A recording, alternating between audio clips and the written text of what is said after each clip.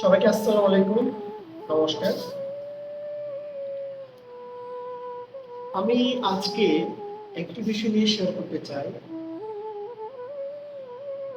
বর্তমানে পার্বত্য চট্টগ্রামের যে অবস্থা,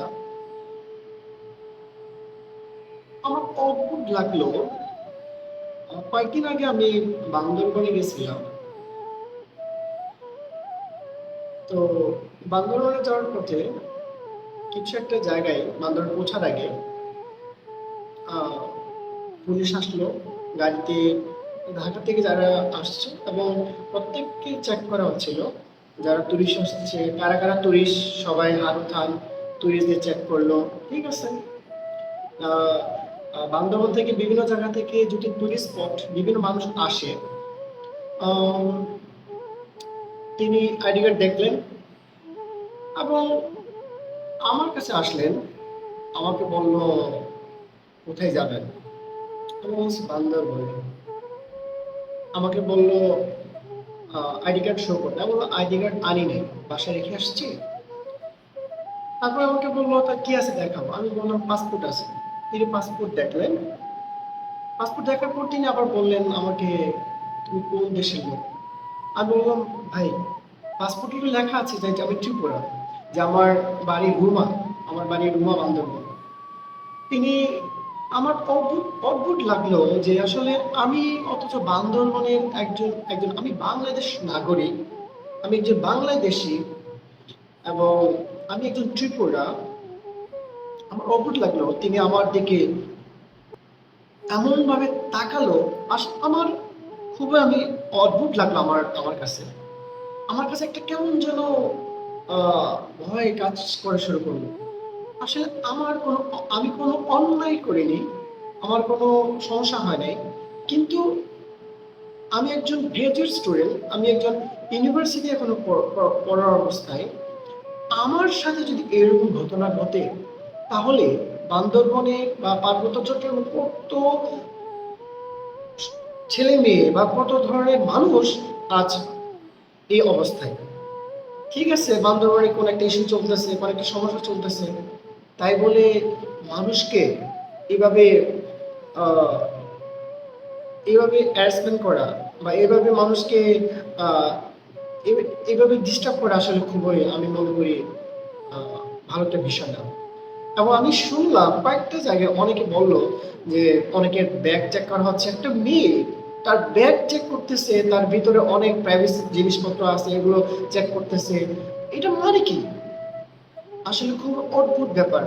তো আমি প্রশাসনকে এবং মাননীয় প্রধানমন্ত্রী শেখ হাসিনাকে বলবো যে প্লিজ, দয়া করে আমাদের বান্দরবনকে একটু রক্ষা করেন, বান্দরবন দিকে একটু দৃষ্টিপাত দেন। যেভাবে মানুষকে চেক করার বিনিময়ে যেভাবে মানুষকে হয়রানি করছে, এটা আসলে আমরা খুব ধিক্কার জানাই। আমি খুব ধিক্কার জানাই। আমরা এরকম চাই না। পার্বত্য চট্টগ্রাম, আমাদের বান্দরবান একটা সম্প্রীতি বান্দরবান, আজ সে সম্প্রীতি নেই। বাস্তব কথা, আজ সে সম্প্রীতি নেই। আমরা খুব চিন্তার মধ্যে আছি। একটি বিষয় আমি খুব আহ, দু এক মাস ধরে আমি খুব পস্তায় আছি, যে আমার এলাকার রুমার কথা, যে বাজারে আসতে পারতেছে না। বাজারে আসলে 2 কেজি চাল এবং 1 কেজি, আহ, 1 পোয়া লবণ, 1 পোয়া নাপ্পি, মানে এগুলো আসলে একটা পরিবারে চলার মতো না।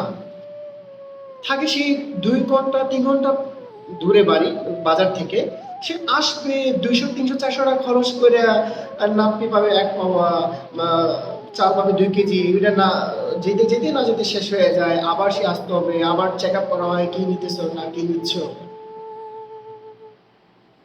খুবই খারাপ অবস্থা। আসলে আপনারা সুযোগ দেন, আপনারা আপনার নিরাপত্তা হিসেবে আছেন, দেখেন সে আসলে দোষী কিনা। দোষ করবে একজন, শাস্তি পাচ্ছে অন্যরা। কেন? কেন? প্লিজ, আমি প্রশাসনকে অনুরোধ করব, মাননীয় প্রধানমন্ত্রী শেখ হাসিনাকে অনুরোধ করব, প্লিজ প্লিজ বান্দরবানকে একটু রক্ষা করুন, আমাদের ভূমাকে রক্ষা করুন। আপনার সত্য যাচাই করুন, দোষীকে আপনারা বিচার করেন, নির্দোষদের আপনারা হয়রানি করবেন না, প্লিজ প্লিজ আমার এই অনুরোধটাকে একটু রাখবেন। আমরা খুবই নিঃস্ব, আমরা অসহায়। আপনারা দয়া করে আমাদের রক্ষা করুন এবং আমাদেরকে আপনারা আহ, সঠিক গাইডলাইন দেন। আমরা তো আপনাদের সম্মান করি, আমরা তো আপনাদের অনেক অনেক রেসপেক্ট করি। কেন আপনি আমাদের হয়রানি করবেন? কেন আমাদের আইডি কার্ড শো করতে হবে? কেন চেহারা কি মূল না?